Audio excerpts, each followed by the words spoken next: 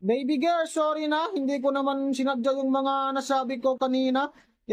Nag-aalala lang ako sa'yo kasi ayokong mapahamak ka. Kung saan naman ako mapapahamak. Marami kasing adik sa labas. Alam naman natin basta adik ang sama ng isip nila. Lalo na kapag sa magandang babae na katulad mo. Ginagawa ko naman lahat ng to para sa'yo eh. Para sa akin, kaya ko naman yun mag-isa. Lalaki ako eh. Hindi ako katulad ng mga ibang lalaki dyan. Ibahin mo ako sa marami. Alam mo ba, kapag nagmahal ako ng isang babae, ang gusto ko, ako ang nagtatrabaho para sa kanya. Ano bang gusto mo? Gusto ko magkaroon ka ng magandang buhay, ng trabaho. Kasi hindi mo nakikita yun eh. Nakita ko yon, saksi ng aking dalawang tenga. Nagpapasalamat nga ako sa'yo sa lahat ng mga tinutulong mo sa akin. Pasensya ka na, masyado lang ako mag-aalala sa'yo.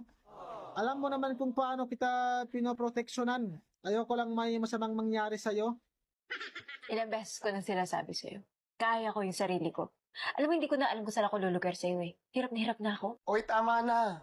Huwag na kayo mag-away. Ganyan talaga pag may nararamdaman sa isa't isa. Ang nararamdaman, wala naman akong nararamdaman dyan, no? Hoy, ikaw bakla!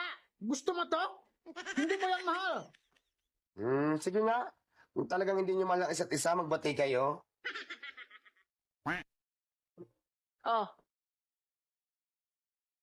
Ba't ayaw mo? Hindi naman ako galit dyan. Ba't ako makipagbati? O sige na. Bati na tayo. Sorry na. Sorry. Kinikilig ka dyan. Upakan kita dyan. Bakla ka.